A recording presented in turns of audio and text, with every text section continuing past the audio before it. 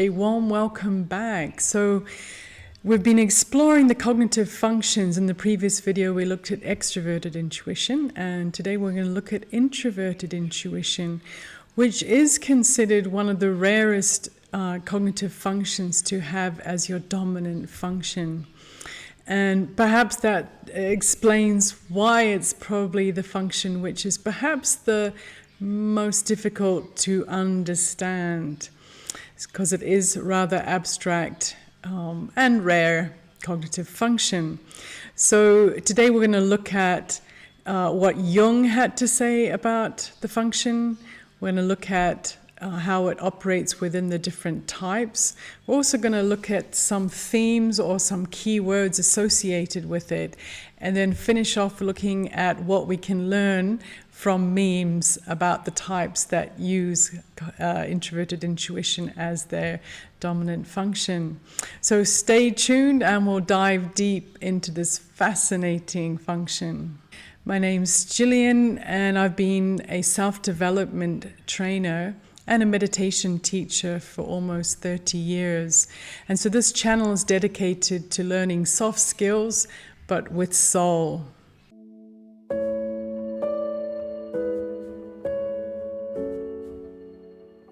So I'm sure you're already aware, but introverted intuition is one of 8 cognitive functions which were coined or discovered by Carl Jung over 100 years ago.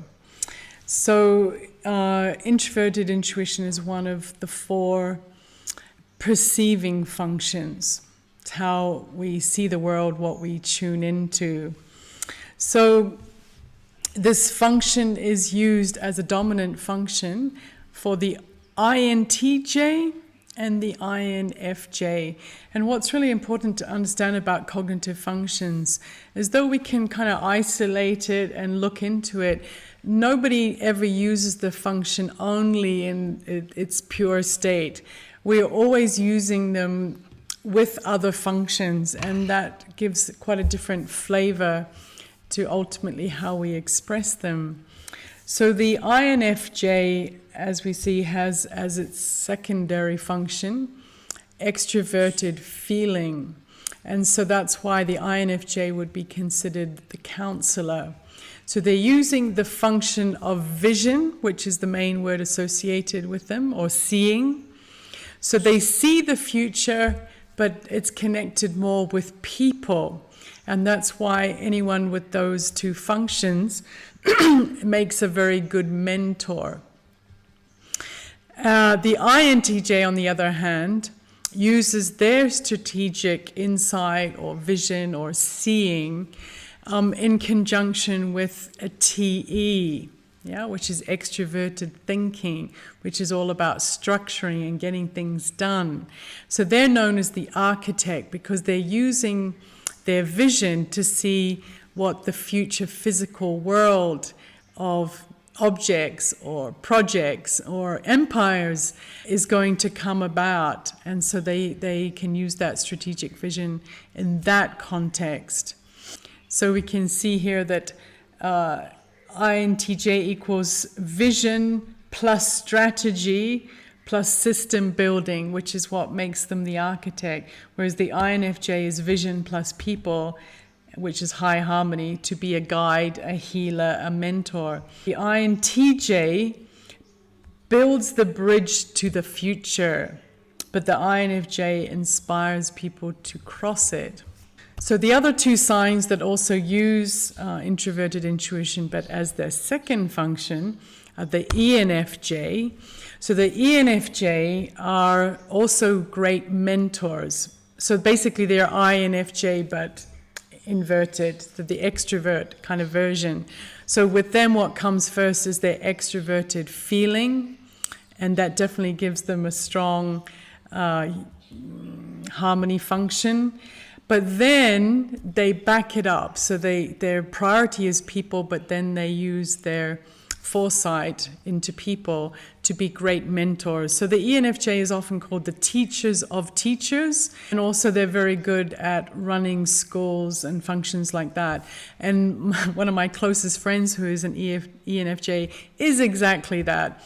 a public speaker, so she really is always ahead of the curve in her career realm, which is early childhood education. So she's a teacher of teachers and an administrator of teachers. Now the INTJ, so they have as their dominant function the TE. Yeah, so that's the structuring and the productivity, a very business-like function. So they're known often as the most dominant, go-getting, empire-building type. So they would use their dominant function, and then that would be supported with their future vision. Yeah, so those are the 4 types that use it in the different ways. But I thought this was a good meme or illustration of the difference between extroverted intuition, which looks out into the universe and goes, "Oh, what's possible? What can I create?" Whereas the NI types are actually looking at the whole thing from a distance and going, what does it mean? So very much when they use the word seeing or visioning, it's on a huge scale, huge time frames. So let's have a look at what Jung said. Now this is not his words. It's not even really paraphrasing, but it's basically the essence of what he said about the NI function. And actually he talks a lot about this function. You can find a lot of videos about how unique this function is. So NI is directed inwards, unlike extroverted intuition, which scans the external environment for possibilities. So instead of being concerned with the immediate practical reality, NI looks for the underlying meaning and hidden connections. It often perceives reality symbolically, giving weight to imagery, visions, and archetypes. So the characteristics of NI, it perceives processes of transformation and potential futures, rather than surface level facts. Carl Jung described it as grasping the inner image behind the outer appearances. So it really tries to understand the seed of what creates the future possibility and then how far that's going to go into the future. So it's really not interested in the too much in the concrete facts and the here and now. So it can seem mystical or difficult to articulate, because its insights emerge suddenly, often as fully formed vision or realization. Now, because it's abstract and detached from practical details, NI dominant people may struggle to express their inner perceptions concretely. Yeah, so they're on another planet, and it's hard for them to break it down for other people.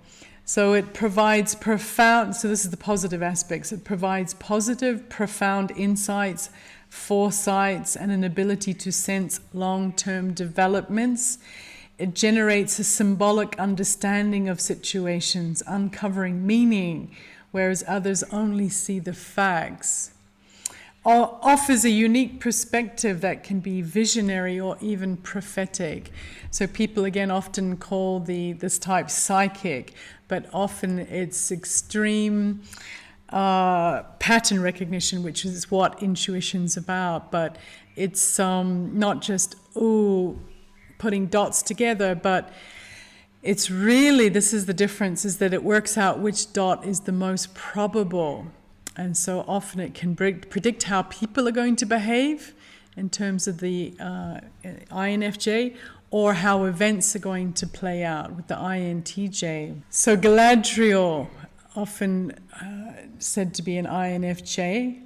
Actually, all the sort of wise characters like Yoda and Morpheus and all the guides of the superheroes are often these types, because they see the potential future of this person and how they fit in with the destiny of humanity.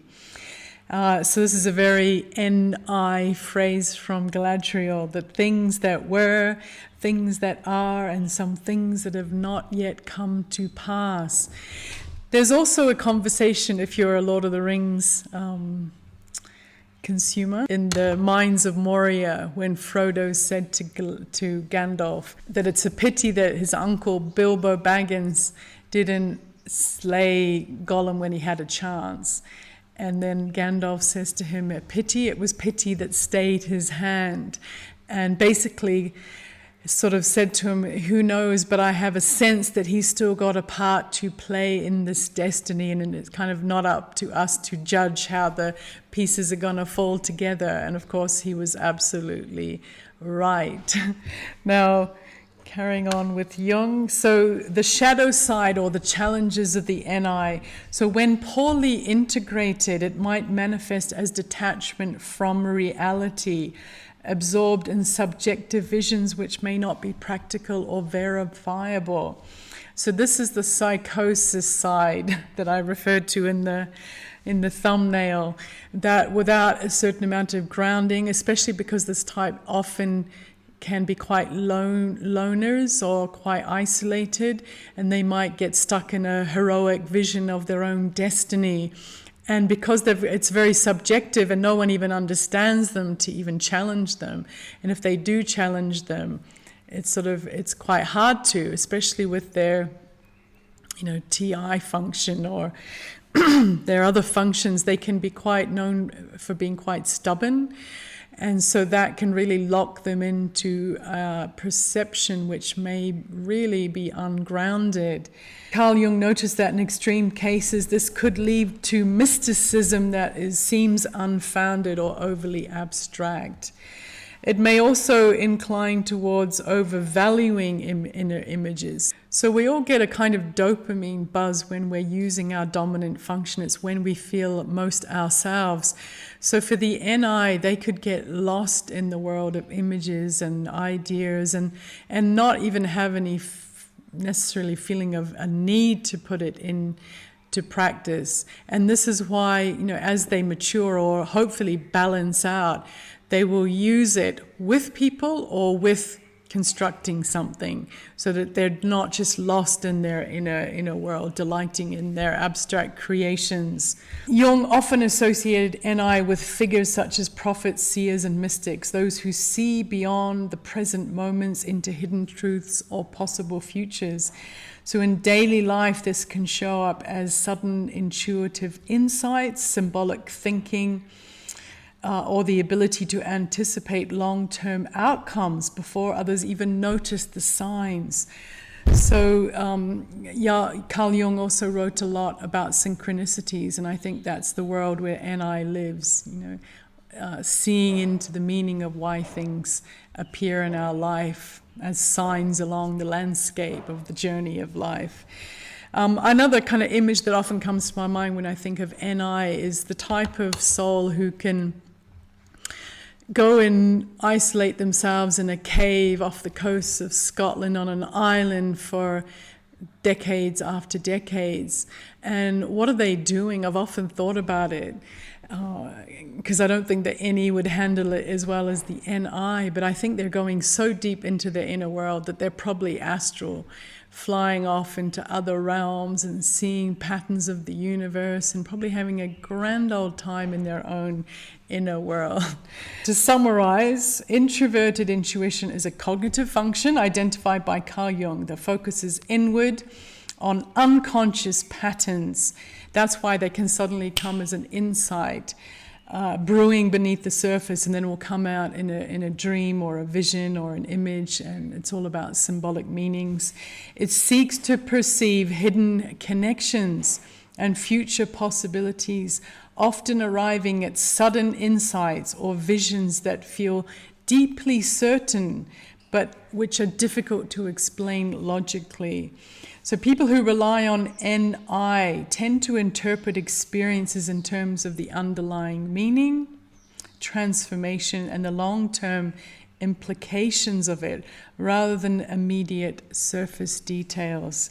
So I think if you want to understand the NI function deeper, there's a really good number of series or films that really capture the spirit of NI, and I'd say the top one for this would be the Sandman. What an amazing show. And full of mystical elements and symbolism, and of course it's dreamscapes. I mean, Sandman is the king of the dream realm. And so all the other characters are also based around huge forces and human themes like desire and death, despair, chaos. It's set in, between invisible realms and the human realm over thousands of years, and destiny and mythology and all the long-term mystical themes and foresight, and full of it. The whole thing's based on it. And I think a lot of people really love NI type films, and they seem to be becoming more and more popular.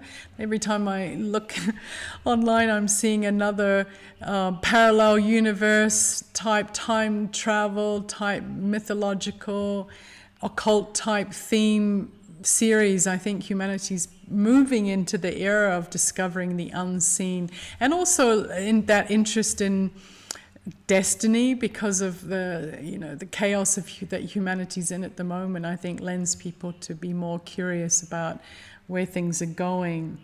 Another one would be The Wheel of Time, another amazing show.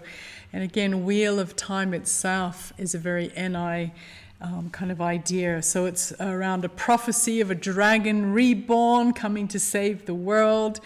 And will the Wheel of Time finish in destruction of the wheel itself, or the reborn, the renewal of it?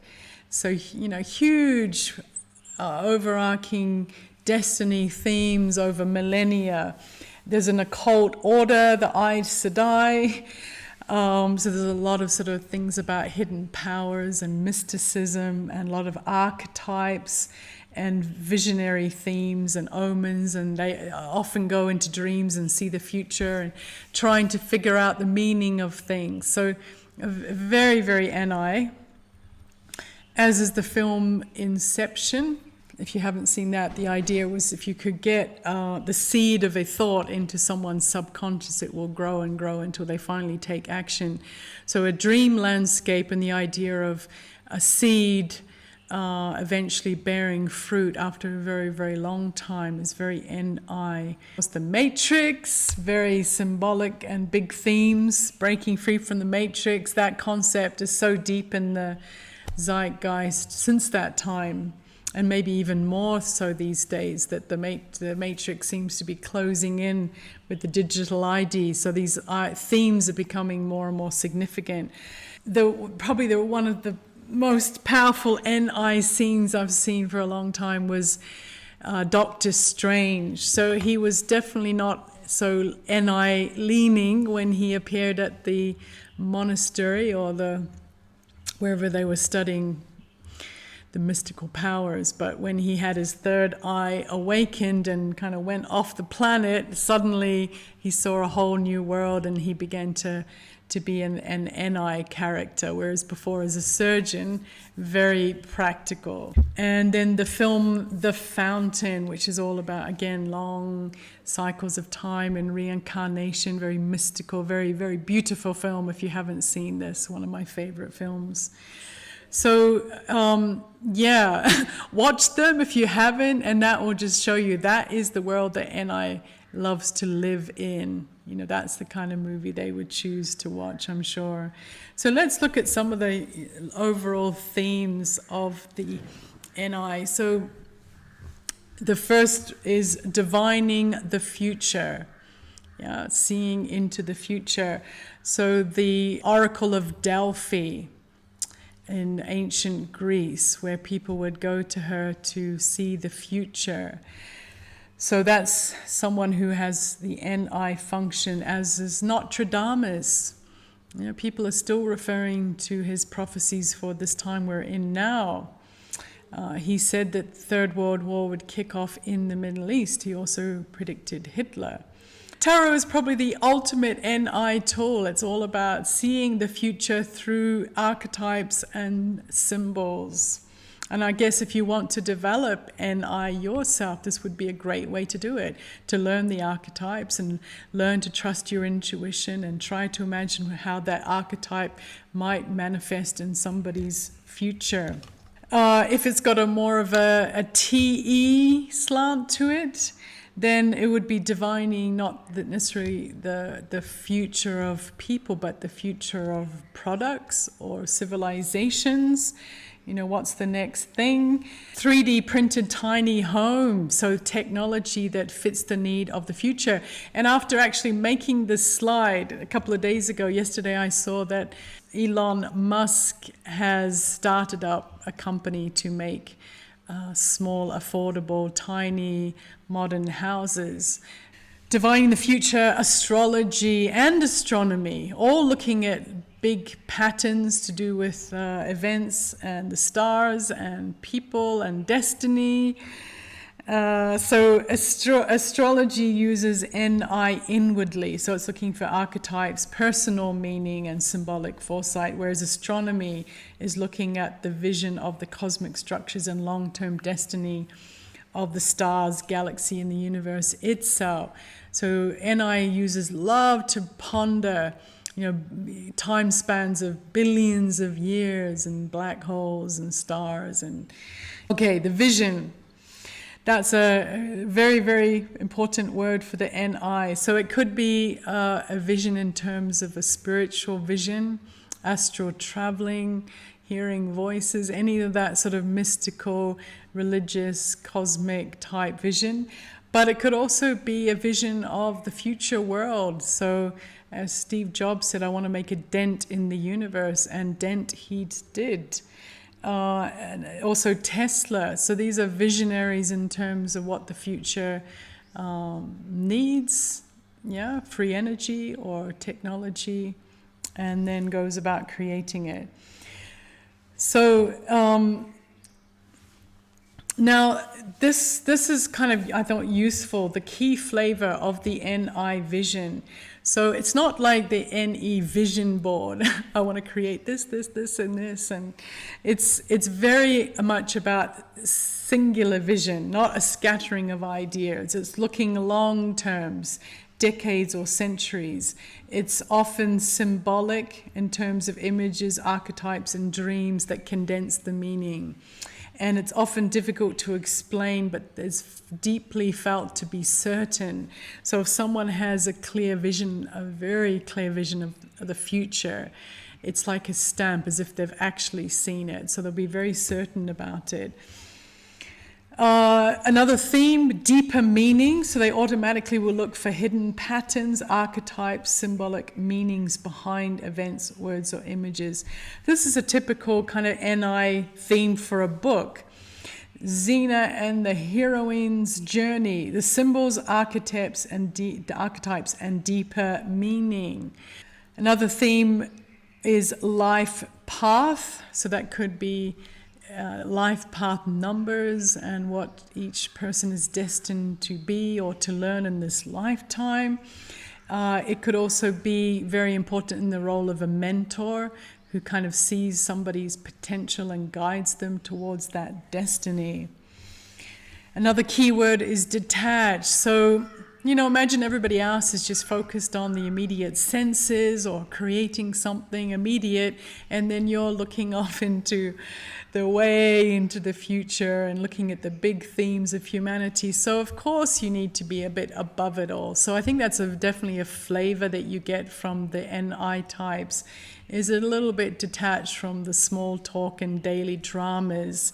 They don't have a lot of patience or interest in that. They love symbols. Yeah, if you think about, again, back to Doctor Strange, you know, the power of symbols and what they mean on the hero's journey. I think they're also very drawn, because I think they're very idealistic. They're drawn to heroes that master ancient powers and use symbols. So again, Doctor Strange, very NI. And dreams, interpreting the meaning of dreams, is a totally NI type of activity. Disconnect, I think that's kind of close to detachment, but that sense of this world is not necessarily our final destination, that There are other realms that we come and go from. So this mystical, abstract, spiritual concepts are very natural for that type to understand. Meditation, visualizing, astral traveling, dreams, that's the world they live in.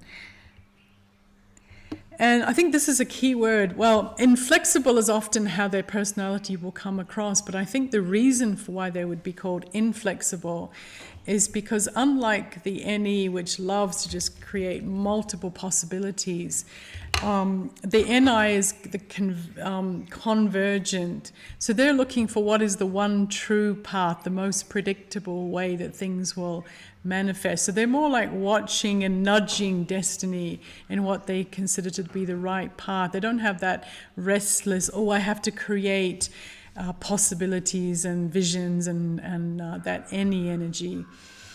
Which is very divergent. So they're coming in on the one thing that they think is the right way forward for themselves and the others.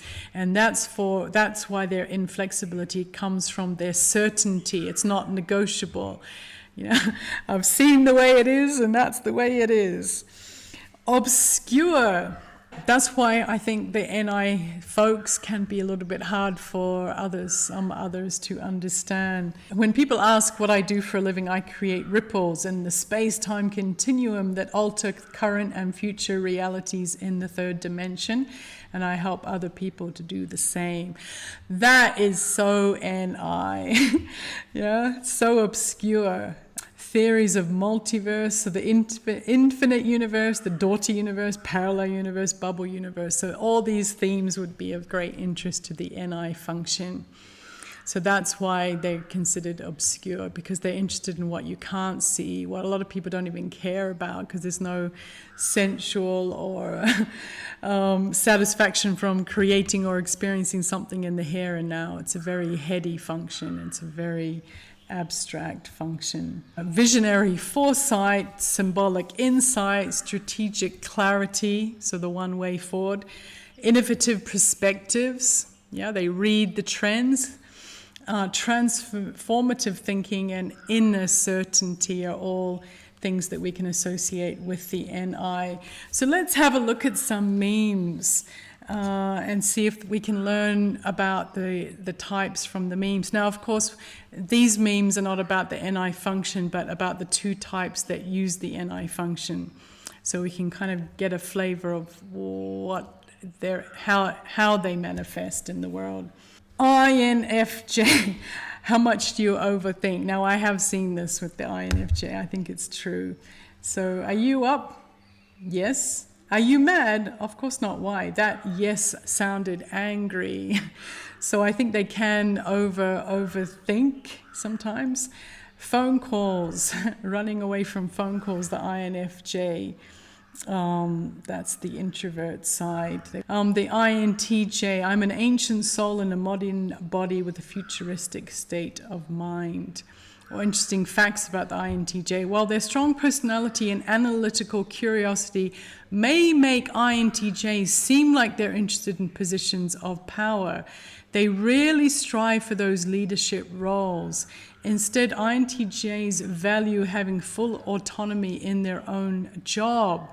They're architects. They want to be left alone to use their function to predict or create things that are useful for the future. So having to deal with a lot of people and manage a lot of people to make that vision come true is much more ENTJ. That's why there's ongoing argument all the time about, is Elon Musk an INTJ and an ENTJ? And I have mentioned this in a previous video, I think.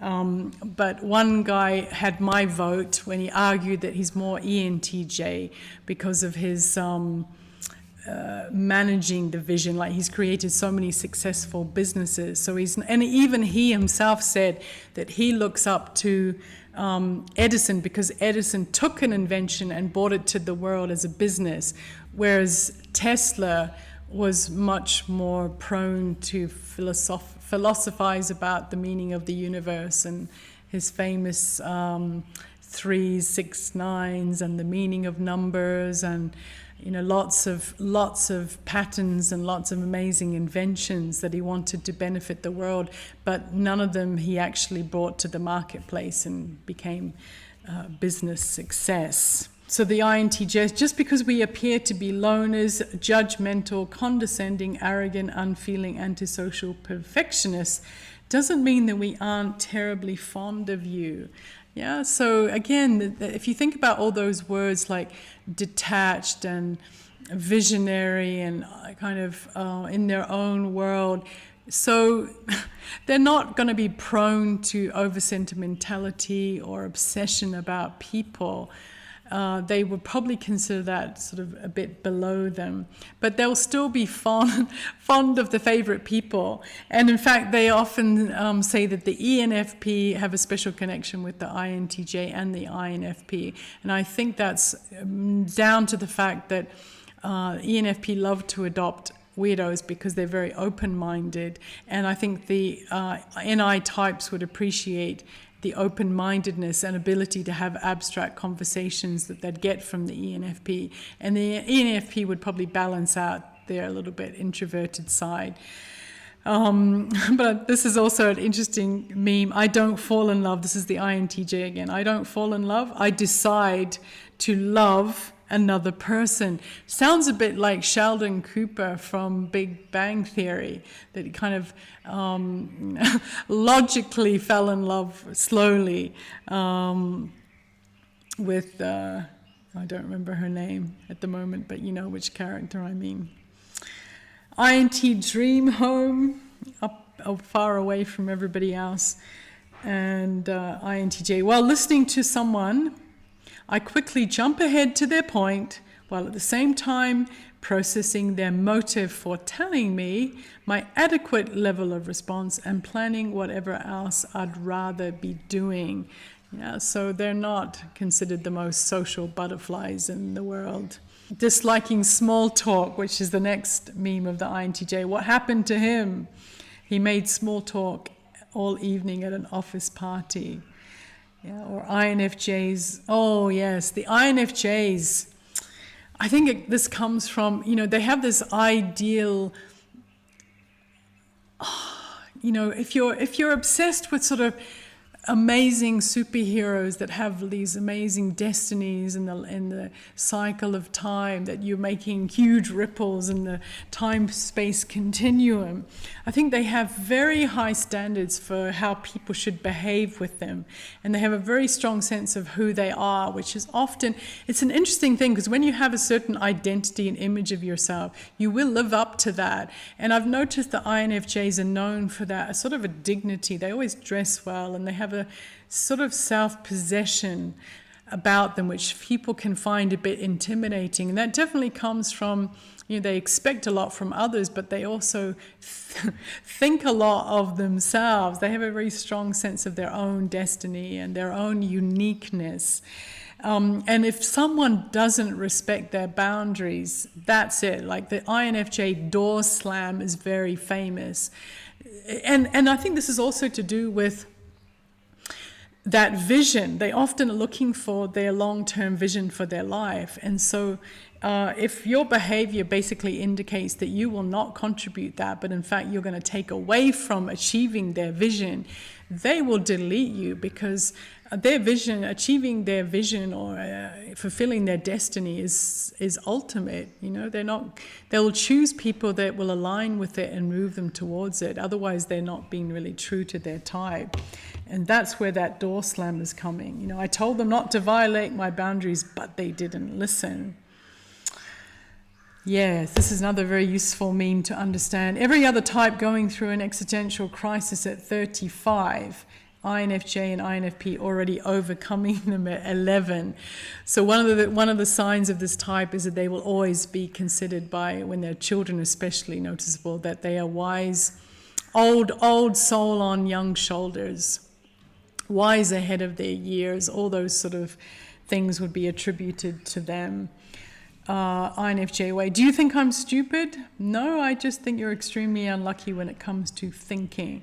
So with that F, extroverted feeling, they do try to be kind to people, but secretly I think both of these times, in fact I was once in a room with two INFJs and I said, look, tell me honestly, do you think that you're the cleverest in the group here? And both of them thought they were, and of course I thought I was, and I thought, well, that's classic. INTJ silently judging others since forever. Again, this goes to the theme that the NI types, seeing so far into the future and working on such a cosmic level, they do tend to think everybody else is a bit silly. INFJ at their worst, idealistic, expects too much of everything and everyone. Yes, I'm the rarest type. Yes, too much of a perfectionist. Yes, struggle opening up to people and mistrusting of most. Moral superiority complex. Yeah, this is kind of interesting because they do tend to believe that they're morally superior, but as an ENFP myself, with an FI as an auxiliary, I think anybody with an FI who constantly tortures themselves with their conscience, when I come across INFJ, I'm like, how do you let yourself do that? Like, how can you waste that much of your time and not actually, so I can be quite judgmental of the INFJ's moral code. I think in their mind, they're very moral, but in reality, with the next to that FI function, I find them lacking. Yeah, and another thing about INFJ is there's all these channels by INFJs for INFJs, and it's just a mutual admiration club in my mind. Sorry, any INFJs who are listening, you do have amazing special qualities, but I think one of the things that this type need to do is learn to appreciate the specialities of others. That arrogance that comes from thinking that you're superior because your function is really doesn't make your life easier and is quite unbearable for those around it. Okay, that's my little personal complaint about them. Very sensitive and they shut down during conflicts, stubborn and defensive and unable to see other perspectives. And again, this is because, especially if you got the NI and the TI, these are both very intelligent functions. So this is a problem with these types. They are very smart and they are very unique. But the problem with that is that when they do jump to conclusions and always think that they're right, when they're actually wrong, there is no way in hell that you will ever convince them, especially when they think that all other types are stupid. I find that they don't even tend to listen. They think they're going to be your mentor. Sorry, a little bit of venom coming out there. But yeah, it's definitely what I've seen. All these channels there that people just hate us because they're jealous of us. And again, that's a little bit of their psychotic side is they think because they're so interesting and so unique and so far ahead of the curve of everybody else that everybody's jealous of them. And often it's not jealousy. They're just annoyed at how unpractical you are and how stubborn and how unwilling to see another perspective because you're always right. And yes, you often are, but when you're not, it's very frustrating to those around you to have to accept your, and I think Sandman's a great example of that. His character curve, he was so arrogant in the beginning and so cold, and slowly he learned to appreciate. I think his sister Chaos was a very ENFP type character, and he really was quite dismissive of her needs and really did something quite horrible to her. And it was only later that he kind of developed his more human side. So the INTJ visionary, world domination is such an ugly phrase. I prefer to call it world optimization. I don't want to rule. I just think that everything could be more sensibly organized. I think that could be a little bit the INTJ, wanting the world digitally ID'd for convenience, and never mind that everybody's controlled by it. It's sort of like, if we can just organize everybody, it would be a lot more smoother. So I do wonder if there's some INTJ brains behind it all. INTJ outer walls, what other people see is their coldness. What the ENFP thinks is, oh, it's a bouncy castle, I'm going to have fun with that. So they're definitely not put off. They're more like curious that, oh, who's this character? Yeah, why did you block me, the INFJ? We get to choose who we let into our weird little world. So you're never going to find these types with a wide circle of friends because they're very choosy about who they think deserves their attention or can be part of their world. INFJ holding back their true opinions to maintain peace when people talk stupid and make small talk. So the FE will make the INFJs a little bit patient with the small talk, but inside they'll be not enjoying it. Okay, so INFJ, why am I single? Because my idea of love is too real for this fake world.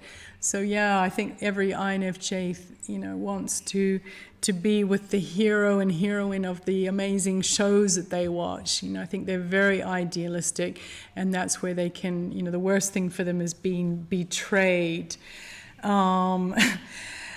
But they can be betrayed easily because who can live up to their ideal standards, and they'll perceive it as a betrayal when it may not be.